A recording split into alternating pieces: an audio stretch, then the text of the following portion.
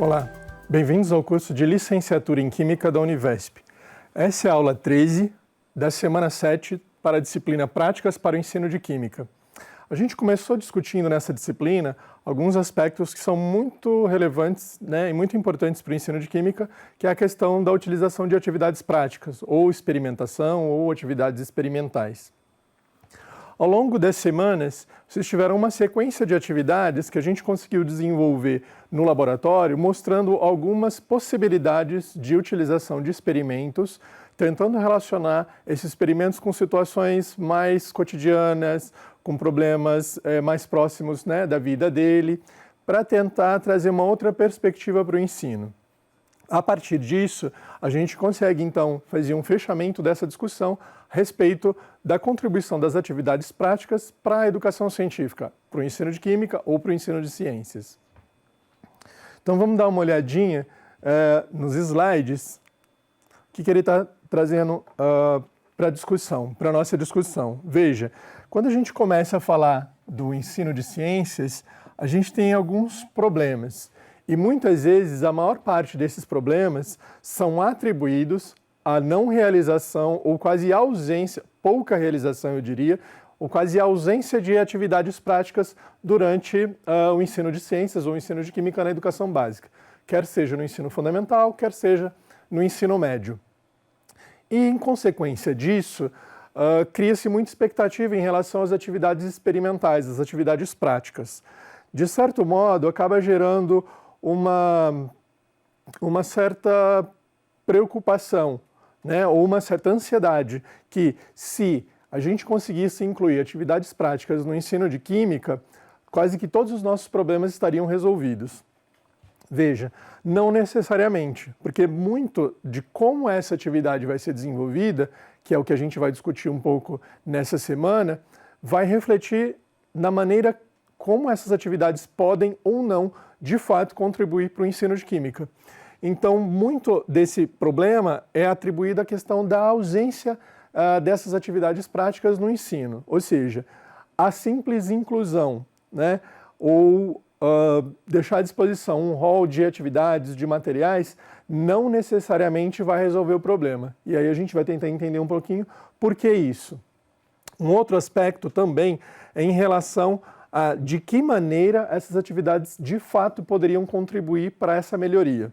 Bom, de acordo com as pesquisas, começa a existir também uma tendência e um aumento na produção de investigações, trazendo uma contribuição de que as chamadas ou denominadas atividades práticas investigativas poderiam ser um movimento ou uma ação de inovação no ensino de ciências.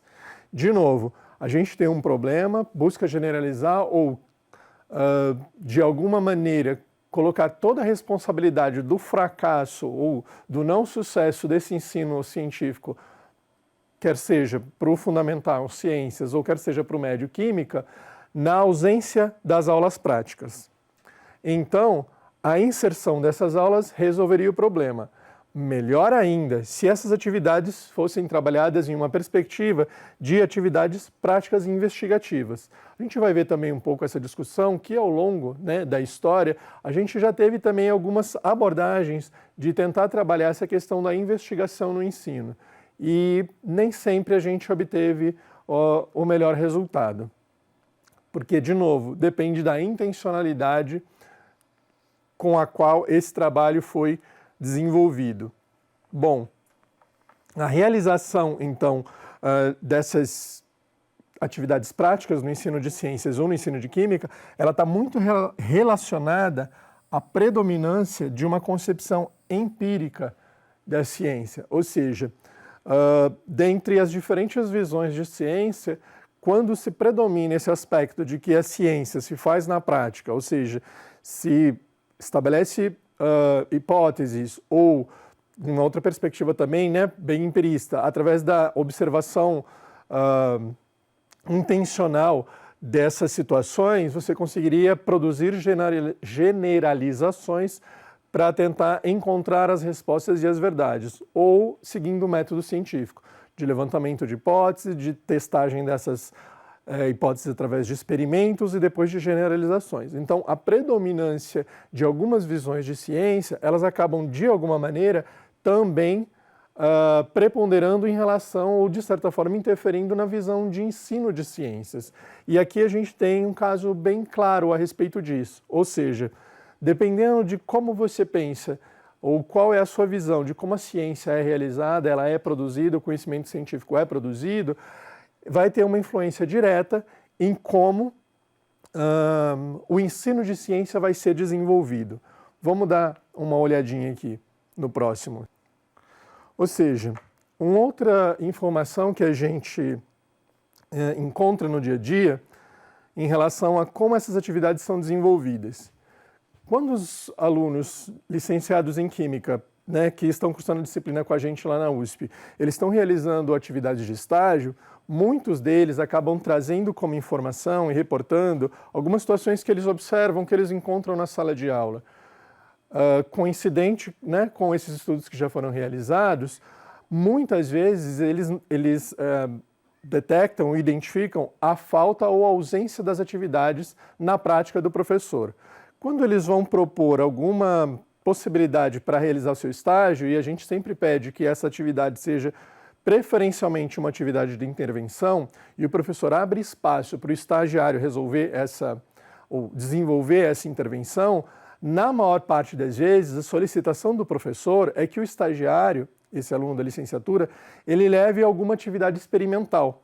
E ele vai encaixar essa atividade experimental em uma sequência posterior ao desenvolvimento teórico de determinado conteúdo. Ou seja, a perspectiva com a qual esse professor desenvolve a atividade de ensino dele é que, primeiro, ele vai desenvolver e apresentar os conteúdos, os conceitos, as definições, e, na sequência, ele vai desenvolver um experimento para comprovar ou demonstrar todos aqueles aportes teóricos que foram realizados. Então, aqui o que a gente vai ter é que, na maior parte das vezes, o objetivo da realização das atividades práticas, ele vai estar relacionado com uma demonstração do conteúdo teórico que foi desenvolvido, que foi trabalhado, ou uma comprovação daquela teoria que foi desenvolvida. Ou seja, fica claro também qual é a visão que esse professor tem em relação ao papel da atividade prática.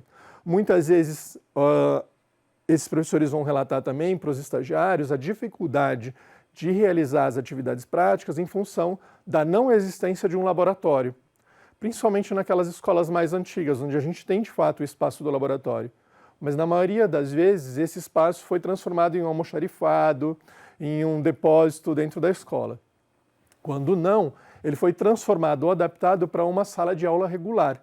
E dessa forma, ele acaba não realizando as atividades práticas, responsabilizando a falta de um laboratório ou dos equipamentos característicos do laboratório. A gente viu também, ao longo dessas semanas, na sequência de atividades que foram sendo demonstradas, que não necessariamente a gente precisa do espaço do laboratório. Nesse caso aqui, para o curso, nós realizamos no ambiente do laboratório porque nós tínhamos um laboratório disponível. Mas aquelas atividades, como vocês puderam ver ao longo dessas semanas, foram realizadas com materiais de fácil acesso, de baixo custo, que poderiam ser desenvolvidas e adaptadas para a sala de aula ou mesmo para o ambiente fora da sala de aula, dentro do espaço escolar ou mesmo até fora da escola. Então, o objetivo, na verdade, não deveria ser esse daqui, que está atrelado também a uma maneira de como ele entende a ciência e de como esse entendimento da ciência interfere no entendimento do ensino de ciência desse professor. A gente vai ver agora, na sequência, também uma outra questão que é muito importante. Por quê? Independente daqueles experimentos que a gente acabou apresentando para vocês ao longo dessas últimas semanas, o mais importante de tudo isso, na verdade, é a maneira como o professor vai realizar, a intencionalidade desse professor. Ou seja, não tem espaço de laboratório, eu posso fazer fora do laboratório, dentro da sala de aula com material de fácil acesso, tentando trazer relações do dia a dia, problemas da vida dele, para tentar de alguma maneira tocar e atingir mais esse aluno. mas não exclusivamente em função de ter ou não disponibilidade de material. Então vamos dar uma olhadinha aqui no próximo, que a gente vai ter o que a gente vai chamar de algumas modalidades ou algumas maneiras ou formas, né, de trabalhar essas atividades práticas. Aqui a gente listou 4, tentou agrupar, vai ter alguma diferença em relação a uma ou outra, né, dessas 4 possibilidades que a gente está tentando agrupar e mostrar para vocês, em função dos autores. Às vezes é uma questão de terminologia, às vezes é apenas a palavra, mas o sentido e a concepção, a ideia que aquele autor, aquele pesquisador pretende trabalhar é a mesma. Então a gente tentou pegar aqui os termos mais gerais que aparecem. Por exemplo, a primeira maneira, que seria demonstração prática, é quase um pouco daquilo que a gente fez ao longo dessas semanas, ou seja, o professor utiliza essa modalidade, né, de desenvolvimento de experimento ou de atividade prática, porque talvez ele queira economizar tempo, porque se cada grupo de aluno ou cada aluno fosse desenvolver atividade, tomaria mais tempo. Ou então, pela não disponibilidade de material para que todos pudessem realizar. Uma outra intenção do professor, quando ele usa a demonstração, é que ele tenta também, nesse momento, garantir que a maior parte da turma consiga ver a mesma coisa para que ele possa depois fazer as discussões e desenvolver as atividades na sequência. Então essa é uma possibilidade que não é exatamente aquilo que a gente fez, porque a gente tentou problematizar e fazer de uma outra forma. Às vezes essa demonstração ela pode estar imbuída apenas de uma demonstração daquilo que foi trabalhado teoricamente. Às vezes é uma demonstração porque é uma atividade experimental que pode ocasionar algum problema, por questão de segurança, ou mesmo manipulação com chama, alguma coisa. Então o professor opta por ele fazer atividade para demonstrar, evitando que os alunos mexam com isso. O que não é proibitivo, desde que a gente siga algumas normas de segurança. Uma outra possibilidade seria o experimento ilustrativo. Neste caso aqui, o que vai acontecer é que o professor vai tentar guiar um pouco, né? Mas quem vai desenvolver a atividade, o experimento ilustrativo, são os próprios alunos. De certa forma, vai possibilitar com que o aluno consiga interagir um pouquinho com os objetos em si, e mesmo se for realizado em grupo, com os outros alunos. É bem parecido com a demonstração prática. A diferença é que na demonstração prática é o professor que está manipulando, então não vai ter interação do aluno com os objetos, e no experimento ilustrativo, os alunos vão poder manipular, então eles vão ter essa interação. No terceiro caso, do experimento descritivo, o que vai se basear esse experimento é que existe já uma orientação guiada pelo professor e o aluno vai descobrir, vai chegar na resposta ou naquela conclusão ou naquele objetivo que queria ser alcançado, que é também um pouquinho diferente, mas também existe uma possibilidade do aluno, obviamente como ele que vai desenvolver, ter uma interação com o objeto. E se for desenvolvido em grupo, interação com os pares. Mas o envolvimento emocional, intelectual para essa atividade não necessariamente vai acontecer. Porque aqui nesse caso ele vai descobrir, vai descrever para chegar a uma conclusão. E no quarto caso, do experimento investigativo, já é próximo, mas vai, vamos dizer, um passo além da questão, né, do descritivo, porque nesse caso a expectativa é que os alunos possam discutir, elaborar, levantar algumas hipóteses e tentar testar essas hipóteses se elas vão ser verificadas ou não, para depois fazer as suas generalizações. Nesse caso, talvez a gente consiga ter um engajamento mais intelectual, além, né, desse engajamento dele direto com o objeto, dessa questão física. Se for realizado em grupo também de um engajamento social aí com os outros pares discutindo, mas é uma perspectiva que poderia ser considerada para uma formação um pouco mais ampla, que não necessariamente muito enfatizada na questão conceitual, como a gente já veio pontuando já há algum tempo no início dessa disciplina. Mas também, mesmo esse experimento investigativo, ao longo da história, ele passou por diferentes perspectivas. Mas esse vai ser um assunto que a gente vai discutir na próxima aula, para entender um pouquinho. Exatamente porque, como a gente iniciou a aula chamando a atenção, que parece que existe uma carga, uma expectativa muito grande, que agora, para resolver o problema na educação científica, basta inserir atividades ou práticas investigativas ou experimentos investigativos. A gente vai tentar problematizar um pouquinho na próxima semana para tentar esclarecer a respeito disso.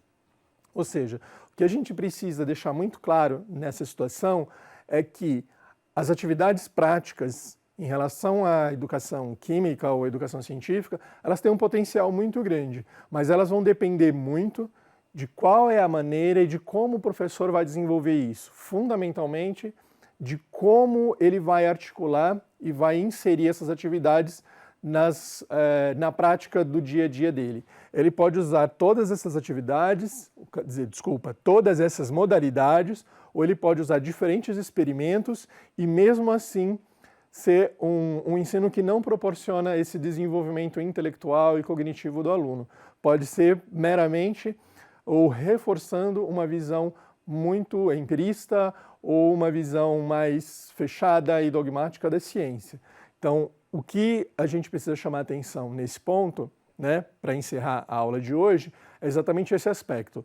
Como o professor precisa se apropriar, né, desses recursos ou dessas modalidades de trabalhar as atividades práticas para que ele consiga proporcionar uma prática de ensino um pouco mais significativa.